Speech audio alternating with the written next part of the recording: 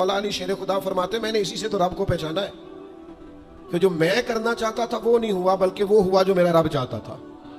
فرماتے میں نے کسی کام کے لیے سارے اسباب جمع کر لیے, جب نہیں ہوا تو میں سمجھ گیا یہ کرنا میرے اللہ نے. یہ تو اللہ کی بہت بڑی اس کے ہونے کی علامت ہے کہ آپ اس کی رضا پہ راضی رہیں. حضرت ابن وقاص رضی اللہ تعالیٰ عنہ بڑے مستجاب الدعوات تھے, جو دعا مانگتے تھے قبول ہو جاتی تھی. اللہ کا ان پر خاص انعام تھا, اور یہ بات بڑی مشہور ہو گئی, دور دور سے لوگ ان کے پاس دعائیں کرانے آتے. خود وہ نابینا تھے, بینائی نہیں تھی. تو کچھ لوگوں نے ان سے کہا کہ آپ اپنے لیے بھی دعا کر لیں. تو فرمانے لگے میرے رب نے بڑا عرصہ مجھے آنکھوں کا نور عطا کیا ہے, اب وہ لے گیا ہے تو میں اپنے رب کی رضا پہ راضی ہوں. اب اس میں ہوتا کیا ہے, دکھ اور تکلیف اور اللہ کے فیصلے پہ راضی رہنے میں نا ایک خاص لذت بھی ہے. صرف سکھوں کا مزہ نہیں ہوتا, دکھوں کا بھی مزہ ہوتا ہے. ہاں, زخموں کی بھی ایک لذت ہوتی ہے. یہ کبھی آپ کے کوئی زخم ہو جائے اور ٹھیک ہونے کے قریب آئے تو آپ اسے چھیڑ کے دیکھیں, اس کی بھی ایک لذت. دکھوں کا بھی ایک مزہ. سکھوں میں تو لوگوں کو رونا نہیں آتا, جو بڑے سکھی ہوتے ہیں وہ تو کعبے جا کے نہیں روتے. ناراض نہ ہوئیے گا مجھ سے, ان کو تو مدینے جا کے رونا نہیں آتا. یہ دکھ ایک ایسی چیز ہے جو بندے کے دل کو نرم رکھتے ہیں. یہ آزمائش ایک ایسی چیز ہے جس میں نفسانی قوتیں ختم ہوتی. کوئی نہ کوئی آزمائش انسان کے ساتھ رہے تو اللہ کے حضور حاضر رہتا ہے. دکھوں کو, بیماریوں کو, تکلیفوں کو کبھی بھی برا نہیں جاننا چاہیے. یہ تو انسان کو اللہ کے قریب کر دیتی ہیں, دلوں کو نرم کر دیتی. جن کو ہم بعض اوقات بڑی آزمائش سمجھ رہے ہوتے ہیں وہی تو خیر بن جاتی. حضرت جناب ایوب علیہ السلام شدید علیل ہو گئے, شدید بیمار ہے. 16 سال گزر گئے بیماری کو. تو آپ کی اہلیہ نے ایک دن آپ سے کہا اللہ کے نبی ہیں, دعائی مانگ لیں, اللہ شفا دے دے. تو جناب ایوب علیہ السلام اپنی اہلیہ سے فرمانے لگے شفا کتنا عرصہ رہی ہے؟ انہوں نے کہا 60 سال. فرمایا بیماری کو کتنا عرصہ ہوا؟ کہا 16 سال. فرمانے لگے ذرا بیماری کو بھی 60 ہو لینے دے, پھر دعا مانگ لیں گے. ہو لینے دے ذرا 60 سال. اللہ کی رضا پہ راضی رہنے کا فیصلہ کیا. آپ کی زبان مبارک سے یہ جملے نکلے کہ 60 سال ہو جائیں گے تو کر لوں گا دعا, اللہ تعالیٰ نے اسی وقت شفا عطا فرما دی. ٹھیک ہو گئے جناب ایوب. کچھ دن گزرے نا تو آپ کی اہلیہ نے ایک سوال پوچھا. کہنے لگی ایوب یہ بتائیے, آپ نے بیماری بھی دیکھی, شفا بھی دیکھی, بیماری ٹھیک تھی کہ شفا؟ تو آپ فرمانے لگے سارے دن ہی اللہ کے ہیں جس حال میں رکھے ٹھیک ہے. وصل اچھا ہے نہ فراق اچھا ہے, یار جس حال میں رکھے وہی حال اچھا ہے. میں سارے دن اس کے ہیں. لیکن فرمانے لگے اگر تم مجھ سے پوچھو نا میری ذاتی رائے تو بیماری بڑی اچھی تھی. انہوں نے کہا یوں بیماری اچھی تھی؟ آپ فرمانے لگے جب میں بیمار تھا نا تو 24 گھنٹے میں ایک بار میرا رب میرا حال پوچھتا تھا. فرمایا 12 گھنٹے تو اس مزے میں گزر جاتے تھے کہ رب نے حال پوچھا, اور پھر اگلے 12 گھنٹے میں انتظار کرتا تھا کہ میرا رب دوبارہ کب حال پوچھے گا. تو میں 24 گھنٹوں کی لذت نہیں بتا سکتا جو اس کے حال پوچھنے سے طاری ہوتی. تو فرمایا شفا تو مل گئی ہے پر اب وہ حال تو نہیں نہ پوچھتا. اب وہ حال, میرے بھائی اس بیماری میں جو لذتیں ہیں, جو کرم نوازیاں ہیں, جو رحمتیں, ان کو بھی تو دیکھیں. اپنے کریم رب کی رضا پہ راضی تو رہے. آپ کو پتہ ہے دکھ کس کو کہتے ہیں؟ دکھ کی تعریف درویش یہ کرتے ہیں کہ ہماری مرضی اور ہے اور رب کا ارادہ کرم اور ہے. اس کا نام دکھ ہے. سکھ کیا ہے کہ ہماری بھی وہی مرضی ہے جو ہمارے رب کی مرضی ہے. اگر مالک کریم کا ارادہ کرم یہ ہے کہ لاکھوں کروڑوں مل جائیں تو الحمدللہ, اور اگر اس کا ارادہ کرم یہ ہے کہ ایک وقت روٹی ملے ایک وقت فاقہ ہو تو الحمدللہ. اللہ کے فیصلوں پر راضی رہنا. ڈھیر سارے لوگ دنیا میں ملتے ہیں جو کہتے ہیں جی مجھے یہ پریشانی ہے, میں سب طبیبوں حکیموں کے پاس گیا, پھر میں آستانوں درباروں مزاروں پہ بھی حاضر ہوا, اس کے بعد میں نے بڑے بڑے دانشوروں سے مشاورت کی, لیکن میرا یہ مسئلہ حل نہیں ہوتا. تو کیا ہوتا ہے پھر وہ انزائٹی کا, ڈپریشن کا, ٹینشن کا, ذہنی تناؤ کا شکار ہونے لگتے ہیں. یاد رکھیے گا کہ اگر سارے ڈاکٹروں, طبیبوں, حکیموں, دعاؤں, التجاؤں کے بعد بھی مسئلہ حل نہیں نہ ہو رہا تو پھر معنی یہ ہے کہ رب کی رضا یہی ہے کہ جو کرم سے اس نے فیصلہ کر دیا ہم بھی اس فیصلے پہ راضی ہو رہے ہیں. بے چینی اور اضطراب یہ ہے کہ اللہ کا فیصلہ کچھ اور ہے اور ہماری جدوجہد کچھ اور اس سے ذہنی اضطراب اور تناؤ پیدا ہوتا ہے، اس سے طبیعتیں بے چین اور بے قرار ہوتی۔ امام علی مقام رضی اللہ تعالیٰ عنہ کی زندگی یہ ہے، اس کو سمجھیے گا، کہ جس طرح قرآن مجید نے حضرت یوسف علیہ السلام کے واقعہ کو احسن القصص کہا ہے نا، قصوں میں سے سونا قصہ، خوبصورت داستان جناب یوسف کی۔ اور داستان یہ ہے کہ کبھی وہ باپ کے سب سے زیادہ لاڈلے ہیں، اور کبھی وہ جناب یوسف علیہ السلام کنویں کی زینت بن گئے، کبھی ان کے قریب گرم ہوا بھی نہیں آتی اور کبھی ان کے چہرے پر تماچے پڑتے ہیں۔ پھر وہ کنویں سے نکلتے ہیں تو ایک اور تکلیف سہتے ہیں کہ انہیں بازار میں بیچا جاتا ہے۔ پھر وہ اللہ کی فضل سے اور اس کی توفیق سے ایسی جگہ چلے جاتے ہیں جہاں انہیں شہزادہ بنا کے رکھا جاتا ہے۔ کچھ زندگی بڑی آسودگی اور آسانی کی طرف بڑھنے لگتی ہے کہ پھر ایک فیصلہ کرم ہوتا ہے کہ جناب یوسف کو جیل میں جانا، تو وہ کسی جگہ شکوہ نہیں کرتے، وہ کنویں میں جاتے ہیں تو پھر بھی اللہ کی رضا پہ راضی ہیں، وہ شہزادے بنتے ہیں تو پھر بھی اللہ کی رضا پہ راضی، وہ دوبارہ جیل میں ڈال دیے جاتے ہیں تو پھر بھی اللہ کی رضا پہ راضی ہیں۔ پھر اللہ کا فیصلہ ہوتا ہے کہ جس ملک کے وہ قیدی تھے نا، رب اسی ملک کا انہیں بادشاہ بنا دیتا ہے۔ یہ انسانی زندگی کا ایک دستور ہے کہ آپ کو دکھ بھی آئیں گے، سکھ بھی آئیں گے، آزمائشیں بھی آئیں گی، تکلیفیں بھی آئیں گی، لیکن سکھوں کا معاملہ تو ہم بڑے لطف کے ساتھ اور ذائقے کے ساتھ گزارتے ہیں، دکھوں کی باری آتی ہے تو شدید اضطراب کا شکار ہو جاتے ہیں۔ بالکل یہی زندگی جناب امام حسین رضی اللہ تعالیٰ عنہ، آپ کبھی خوبصورت پہلوؤں پر غور کریں نا کہ امام علی مقام وہ ہیں کہ کبھی وہ سجدے کی حالت میں نانا کے کندھوں پہ ہیں، اور کبھی حضور گلی سے گزر رہے ہیں تو حسنین نانا کے کندھوں پہ ہیں۔ کبھی کیفیت یہ ہے جناب امام علی مقام رضی اللہ تعالیٰ عنہ کی کہ وہ اپنی والدہ کے مقدس کاشانہ نور میں خاتون جنت کی گود میں کھیل رہے ہیں، کبھی مولا علی شیر خدا رضی اللہ تعالیٰ عنہ کی مقدس باہوں میں جھول رہے ہیں۔ یہ سارے نظارے انہوں نے دیکھے، لیکن پھر وہی حسین ابن علی تھے، انہوں نے کربلا کا خشک میدان بھی دیکھا، انہوں نے وہ چٹیل پہاڑ بھی دیکھے، حق کے رستے میں اپنی اولاد کا قربان ہونا بھی دیکھا۔ کسی جگہ شکوہ نہیں کرتے، بلکہ وہ کہتے ہیں جس حال میں میرا رب رکھے میں اسی حال میں راضی ہوں۔ ہمارے ہاں یہ ہوتا ہے کہ ہم سکھوں کو تو یاد ہی نہیں رکھتے، ہمیں صرف تکلیفیں یاد رہتی ہیں، صرف آزمائشوں کو یاد رکھتے ہیں، مثبت پہلوؤں کو نہیں سوچتے۔ کوئی بھی کام آپ ہوتا ہوا دیکھ لیں گھر میں، خاندان میں، قبیلے میں، تو اس کے جو خوبصورت، معنی خیز، پروقار، اچھے پہلو، ان پر غور نہیں کریں گے۔ وہ ایک جگہ ایک پنچایت تھی، وہاں کسی خاتون نے شکوہ کیا کہ میرے خاوند نے مجھے یہ تکلیف دی ہے، یہ آزمائش میں مجھے مبتلا کیا ہے، یہاں سخت سست کہا ہے۔ تو ایک دانشور بزرگ بیٹھے تھے، لوگ کہتے ہیں کہ بزرگوں نے کہا بیٹا شادی کو کتنا عرصہ بیت گیا؟ تو اس نے کہا میری شادی کو 18 سال ہو گئے۔ تو اس نے کہا یہ جو تم لڑائی، فساد، جھگڑا، دنگا، پریشانی بتا رہی ہو، یہ تو ایک دن کا ہے، باقی 18 سالوں کی بھی بات بتاؤ نا۔ تم نے ایک دن کا جھگڑا تو یاد رکھا، اور اس ایک دن کے جھگڑے کے نتیجے میں آنے والی تکلیف کو بھی تم نے یاد رکھا، لیکن وہ جو 18 سال تمہارے اپنے شوہر کے ساتھ سکھی گزر گئے، ان کا بھی تو تذکرہ کرو۔ تو کچھ دیر کی خاموشی کے بعد اللہ نے اس خاتون کے دل میں ٹھنڈک پیدا کی، اور وہ کہنے لگی میرے شکوے دور ہو گئے ہیں، اب میں انشاءاللہ کوشش کروں گی کبھی دوبارہ اپنے شوہر کی شکایت نہ کروں۔ اب بات کو سمجھیں، ہم اپنی زندگی کی صرف شکایتیں، یعنی دکھ ہی ہیں صرف زندگی میں، وہ دعا کرتے ہیں جی میرے گھٹنے میں درد ہے، باقی جسم ٹھیک ہے نا ماشاءاللہ سارا، اس کا شکر بھی ساتھ ادا کریں۔ دعا کریں جی آج کل کاروبار نہیں چل رہا، تو اس سے پہلے ساری زندگی ٹھیک چلتا رہا ہے نا، اس کا شکر بھی ادا کر لیں۔ قرآن مجید فرقان حمید ارشاد فرماتا ہے اللہ کے بندوں کی شان یہ ہے کہ رضی اللہ عنہم ورضوا عنہ، یہ بڑا خاص پہلو ہے۔ اللہ فرماتا ہے کہ اللہ ان سے راضی ہے اور وہ بھی اپنے اللہ سے راضی ہے۔ اللہ نے انہیں جس حال میں رکھا ہے وہ بھی اللہ سے راضی ہیں۔ ذالک الفوز العظیم، اللہ فرماتا ہے یہ بڑی کامیابی ہے، اللہ بھی ان سے راضی ہے اور وہ بھی اللہ سے راضی ہیں۔ امام غزالی رحمۃ اللہ تعالیٰ علیہ سے کسی نے پوچھا یہ بندے کا اللہ سے راضی ہونے کا کیا مطلب ہے؟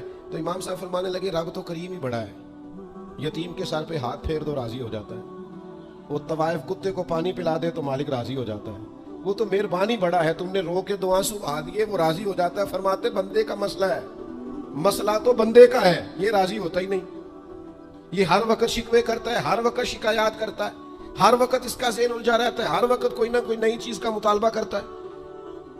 نبی رحمت نور مجسم شفیع معظم صلی اللہ تعالی علیہ وسلم ارشاد فرماتے ہیں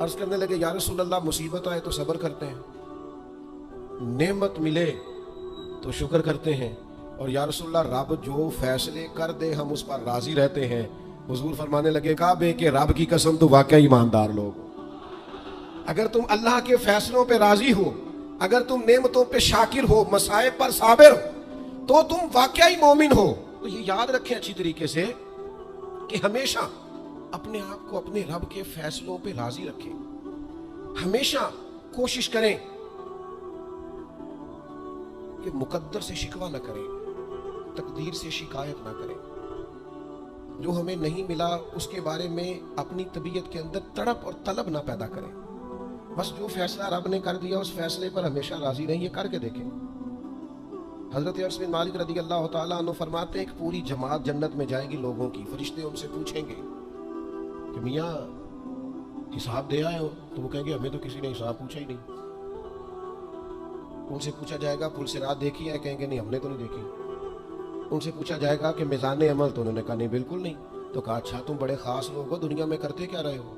تو کہیں گے کرتے کچھ بھی نہیں تھے، رب کے فیصلوں پہ راضی رہتے تھے۔ اور طبرانی میں ایک روایت ایسی بھی موجود ہے کہ حضور فرماتے ہیں رب کہتا ہے جس نے میرے فیصلوں پہ راضی نہیں رہنا وہ رب کوئی اور ڈھونڈ لے۔ اگر تم میرے فیصلے پہ راضی ہی نہیں ہو، او بھائی میں اپنے ادارے کا سربراہ ہوں، جو میرا فیصلہ نہیں مانے گا وہ نکلے گا ادارے سے۔ میں اپنی جماعت اور تنظیم کے تعلق سے کوشش کروں گا کہ امیر کی اطاعت کا سبق دوں۔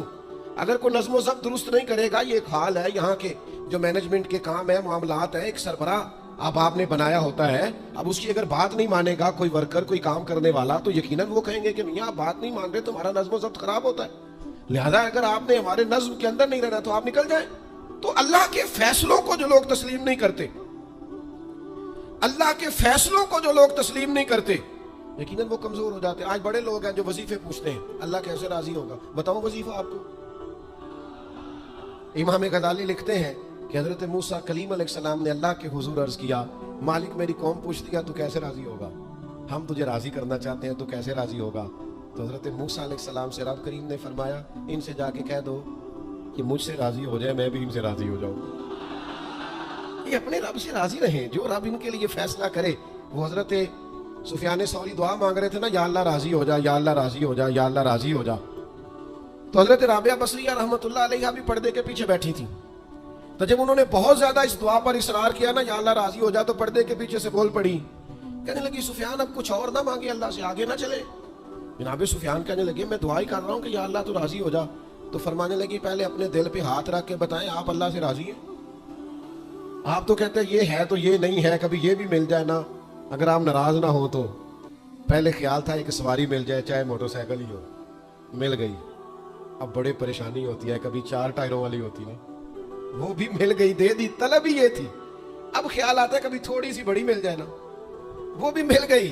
اب جن کی ذرا گاڑیاں اونچی ہیں، ٹائر چوڑے ہیں، وہ پریشان کرتے ہیں، تو بندہ تو روک ہی نہیں رہا کہیں۔ تو حضرت کلیم سے رب نے فرمایا ان سے کہو مجھ سے راضی ہو جائے، میں بھی ان سے راضی ہو جاؤں۔ لیکن ہماری طبیعت کی بے چینی، ہمارے مزاج کی بے قراری، ہمارے لب و لہجے کا وہ عالم کہ ہم خوش نہیں ہوتے۔ ڈھیر سارے لوگ ہیں، آپ کچھ بھی کر لیں، کچھ بھی گھر میں لے آئیں، کچھ بھی ہو جائے، کتنی بھی نعمت مل جائے، ان کا مزاج اس طرح کا بن جاتا ہے، خوش نہیں۔ میں اکثر دوستوں سے کہتا ہوں کہ بعض دوست ایسے ہیں جن کا انداز اس طرح کا ہے کہ ان کو کوئی بھی نعمت مل جائے تو ان کی طبیعت سکون پذیر نہیں ہوتی۔ حضرت عبداللہ ابن عمر رضی اللہ تعالیٰ عنہ صحابہ میں سے بڑے صالح آدمی ہیں، نیک آدمی ہیں، حضرت عمر کے صاحبزادے ہیں، اور اللہ کے حبیب علیہ السلام نے فرمایا یہ بڑے نیک ہیں۔ تو سیدنا عبداللہ ابن عمر رضی اللہ تعالیٰ عنہ کے نا ایک صاحبزادے بیمار تھے۔ یہ جو بچے بیمار ہوں یا کسی تکلیف میں ہوں تو یہ ماں باپ کو بڑا بے چین کر دیتے ہیں۔ اپنی بھوک بھی بندہ سہ لیتا ہے، اپنی بیماری اور تکلیف بھی سہ لیتا ہے، لیکن اگر اولاد کسی آزمائش کا شکار ہو جائے، پریشانی کا شکار ہو جائے تو انسان بڑی تکلیف میں آ جاتا ہے۔ حضرت عبداللہ ابن عمر رضی اللہ تعالیٰ عنہ بڑے پریشان تھے اپنے بیٹے کو لے کر، اور جو ان کے قریبی لوگ تھے وہ محسوس کرتے تھے کہ شدید ذہنی اضطراب میں مبتلا ہیں سیدنا عبداللہ ابن عمر۔ اللہ کا فیصلہ کرم آیا اور ان کے صاحبزادے کا وصال ہو گیا۔ جب ان کے صاحبزادے وصال کر گئے نا تو ظاہر ہے کہ بیماری سے بڑا غم تو صاحبزادے کا انتقال کر جانا ہے۔ تو جنازے کے لیے جو لوگ آئے اور اس کے بعد جو تعزیت کے لیے لوگ آئے وہ کہتے ہیں ہم نے جناب عبداللہ ابن عمر کو بڑا مطمئن دیکھا، ہم نے دیکھا کہ بیٹے کے انتقال کے بعد ان کی طبیعت میں ایک ٹھہراؤ آ گیا اور آنے جانے والوں کو بڑے اطمینان سے بڑی محبت سے ملتے، ان کا انداز بڑا منفرد ہو گیا۔ ایک صاحب نے پوچھ ہی لیا کہ جناب آپ پہلے بڑے بے چین تھے، اب آپ کی طبیعت میں بڑا ٹھہراؤ آ گیا، وجہ کیا ہے؟ تو حضرت عبداللہ ابن عمر فرمانے لگے جب تک وہ بیمار تھا میری ذمہ داری تھا اور میں بے چین تھا، فرمایا میرے رب کا فیصلہ کرم آ گیا ہے اور وہ میرے رب کے حضور حاضر ہو گیا۔ گویا اب جس بارگاہ میں گیا ہے وہاں رحمت ہی رحمت ملے گی، وہاں کرم ہی کرم ملے گی۔ اب میں مطمئن ہو گیا ہوں کہ اللہ کی رحمتیں قبر میں اس کا استقبال کریں۔ جب تک میری ڈیوٹی تھی تو میں پریشان تھا، بے چین تھا، بے قرار، اب تو حاضر بارگاہ ہو گیا اور میں اپنے رب کی رضا پہ راضی ہوں۔ جب تک اللہ نے چاہا بیٹا میرے پاس رہا، اور جب اللہ نے چاہا اللہ نے اسے اپنی بارگاہ میں بلا لیا۔ میرے بھائیو یاد رکھیے گا، ہمیشہ اس بات کو اپنے ذہن میں بٹھائیے گا کہ زندگی کے اندر کبھی بھی اللہ کے فیصلوں پر شکوہ کرنا اور اللہ کے فیصلوں پر اظہار ناراضگی کرنا معاذ اللہ، اس سے اپنے دامن کو ہمیشہ بچا کے رکھیں اور پناہ میں رکھیں اپنے دامن کو کہ کبھی بھی انسان اس طرح کا نہ ہو جائے۔ میں دیکھتا ہوں شدید بے چینی یہ ہمارے ماحول میں، اللہ تعالیٰ معاف فرمائے، جو لوگوں سے شدید ایک دوسرے سے ہماری طبیعتیں کھنچ جاتی ہیں اور تناؤ اور کھچاؤ پیدا ہو جاتا ہے اور پھر لوگ ڈپریشن میں چلے جاتے ہیں، حتیٰ کہ بعض لوگ معاذ اللہ انتہائی قدم اٹھاتے ہیں، خودکشی کی طرف بڑھ جاتے ہیں۔